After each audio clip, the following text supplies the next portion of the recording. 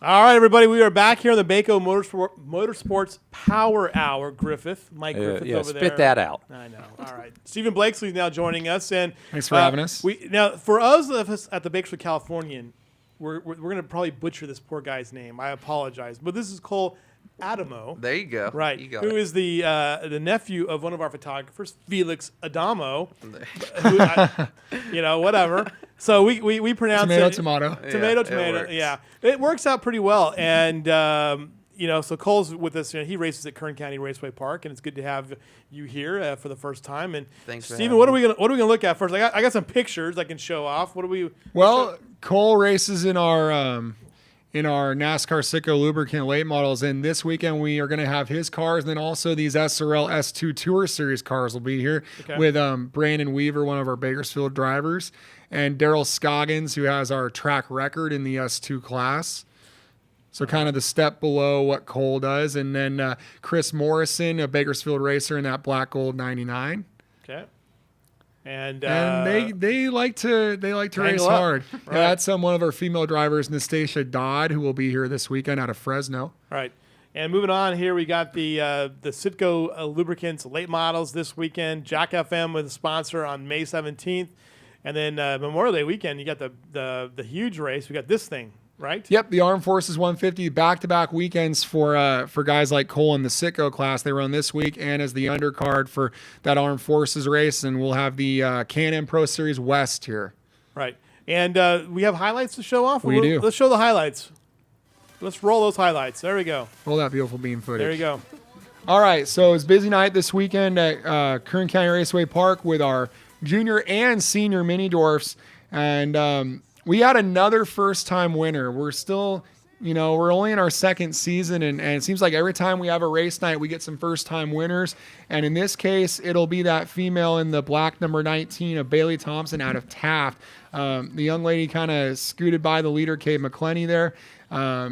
Kind of a wild race, as you can see, as there's Bailey in the lead. Now, it's kind of funny. We have two Bailey Thompsons. We have Bailey Thompson in the spec mods, and we have Bailey Thompson in the mini dwarfs. No relation whatsoever.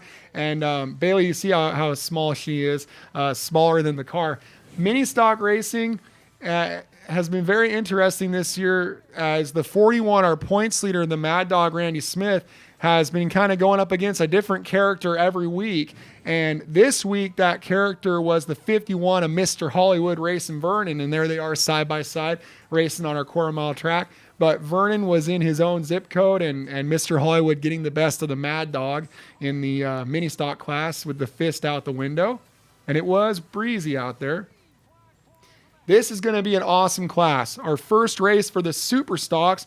That number 7 car is Gene Fife in his old Mesa Marin late model. That I got a reaction out of Mike That's a name Griffith. from the past. Yep, and he's duking it out with Shane Thompson, and they get together, and that cost Fife the lead, and Thompson had to go to the rear of the field. We're running the Mesa Marin late models and the Mesa Marin street stocks together with some weight packages to even that out. That's Bakersfield Speedway's Zach Forrester taking the lead. Dirt late model racer turned into super stock racer. But Shane Thompson came through the field very quickly in that number 12 after tangling with Fife. He's got a little bit of tape on the hood that he took a quick pit stop. But Thompson comes out of retirement and gets the victory in a car they had purchased on Sunday, and they got it ready for the race on Saturday. Senior mini dwarfs, and this young man in the number 8 of Jeremy Clark, I think there are some big things coming for him in the future because he showed a lot of grit, holding off some really strong drivers, that 17 of Balcazar, the 13 of Flippo, and a little bit of bumper tag in this race, but the 8 of Clark really hung tough, but the 17 of Balcazar was the fastest car tonight, and he goes on to get the victory here in kind of a wild scramble. This was a green-white checker, and they're 2x2 down the back straightaway. Clark gets the lead, and then he kind of gets the bump and run, hangs on to it, and then it goes on again. I mean, just great racing. The senior mini dwarfs on pavement at our facility, they really put on good racing, even though they're on a small track. And this is coming to the finish out turn How number can you not 4. like that? Look at that. That's And fun. that's for the win. Balcazar getting the victory. You should have them all up there. That was All right, ridiculous. 911 series, Lewis. All right, here we go. Break up the And- Shafter PD. Bumpers will be flying in just a minute. It gets a little hairy. You cannot go 3 wide on this quarter-mile track. These are all of our firefighters, police officers, and things go all wrong right here. And you'll see bumpers are flying off of these cars. And so that ended the night for Taft PD, for Kern Sheriff. And then Bakersfield PD, he loses the exhaust out the bottom of the car. There it goes. So that was interesting. And when that all settled, it was an all-out war between probation and Shafter PD. And Kern County Probation steps away. Brian Terry getting the victory in the 0-0. And then our last race for the night was our pro late models. And David Mayhew just made this look way too easy, getting past his teammate, the Chainsaw Johnny White, as they go side by side down the front straightaway. This was Mayhew's 18th career win at Kern County Raceway, and we've only been open for a year and 5 weeks. As Mayhew in control of this one, Dallas Montez running in the 3rd spot in that Sun Solar car, but again, Mayhew getting the victory. Well, some great racing, obviously, and a lot of fun out there. And we'll take a look at get some of the results here. By the way, follow these guys on Facebook. And I was going to ask you, you're on Twitter is Kern Raceway, right? Mm-hmm. Is that Twitter on Kern Raceway? Are you guys on Instagram yet? No, but we are on the YouTube. And On the YouTube. On the YouTube. There we go. Take a look at the winners. There we are. NASCAR Pro Late Model. Again, David Mayhew was the winner. Johnny White finishing second. Dallas Montez, who's what, like 12 years old? 14 years old? How old is that kid? he's 19. 19. Is he really? Is he 19? Shane Thompson, 12. Zach Forster finishing second. Howie Smith in third. And then in the mini stock, Racing Vernon, the greatest name in racing right now, Racing Vernon. And he's only like 15, right? Yes, and he'll be running in the Sitco Late Models this weekend with Cole. Randy Smith, Stacey Evans. How do you manage racing against a 15-year-old? Not that you're he ancient might or be anything. 15, but I think most of the young guys out there probably have more experience driving a car than me anyway, so it's kind of a give or take. I'm a little bit older, but I get over it. There you go. All right. So when you have a name like Racing Vernon, Yeah, it's pretty intimidating. There's expectations. Brian Terry in the 911 series. So that was Kern Probation, right? Yeah, ahead of Shafter, and then Gary Caruso minus the exhaust still came home in 3rd for BPD. Okay, and then the Junior Mini Dwarfs, 25 laps. Bailey Thompson, the winner. And not to be confused with Bailey Thompson in the Sport Mods. Yeah, and these spec mods, Spec and mods, right. Bailey's pregnant, so she's out of the race car right now. So that even added to the confusion. Even better. And then Anthony Balcazar, who also races over at the Bakersfield Speedway too, Yep. I think, winning this one, a good race there, beating out Jeremy Clark and Jerry Flippo. And we'll get to the points a little bit later here. Yeah, so let's take some time to talk to Cole. Talk to Cole. Cole, how'd you get involved in the sport? My dad grew up racing at Mason Marin and stuff, so whenever I was a lot younger, I would go to the track and watch and stuff. And then all of a sudden last year, I was helping a team that my brother actually just got a car and wanted me and my dad to work on it. And that kind of fell through, and James Vernon said, well, I have a late model if you want to drive it. And when James Vernon says that, you got to do it, right? Yeah, I just jumped in. Right. Have no racing experience at all. So I ran like 7 races last year, and here we are now with our own car.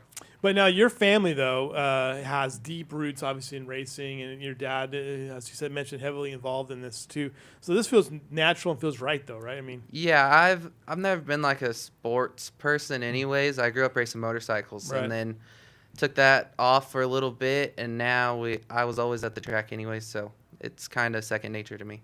what is it like to race on that oval? How do you like it? That oval is awesome. I've never raced anywhere else, Yeah. so just learning what to do and when to do it is kind of been a tough thing for me right now, but I think with the more seat time, we'll just keep getting better. Well, yeah, he decides to make his first division in racing Yeah. be on a big, fast half-mile track. I mean, Yeah. what were you thinking? It's a pretty competitive class too, so Yep. I really didn't know what to think. I just figured let's get in here and not wreck anybody, so we have some friends next year, and I think we did pretty well with that.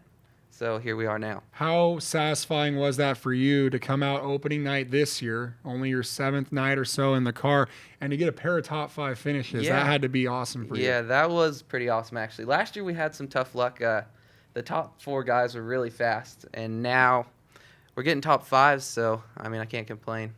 Right. I mean, so you're getting some success, and what does the future look like for you as far as the sport goes? As long as I can maintain my sponsors and represent them really well, I think we'll keep racing for a long time. Hopefully we'll get a podium out of the way this year.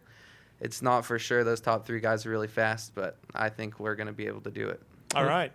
Good stuff. And so you're running this next weekend, and we talked a little bit about some of the guys in there. You know, what is it like, you know, in the pits with your competitors? I mean, does everyone get along? What's the environment like? In the pits with my actual class, and everyone gets along really good. It's kind of crazy because racing is a really competitive thing, and you're kind of, I mean, you have your team, but it's kind of up to you as well. And there's some hard racing out there, and there hasn't been too many tussles, so I think we'll continue to be pretty good friends throughout the year. Off camera, you talked about how you never got a chance to race at Mesa Marin, but you grew up out there basically. And how is the environment out there at Kern County Raceway Park? It's awesome. That's probably one of the best tracks you'll ever go to. I go to a lot of racetracks just to go watch, and I have my whole life. And Mesa Marin was one thing, but this place being so close to home and such a beautiful place is awesome. All right.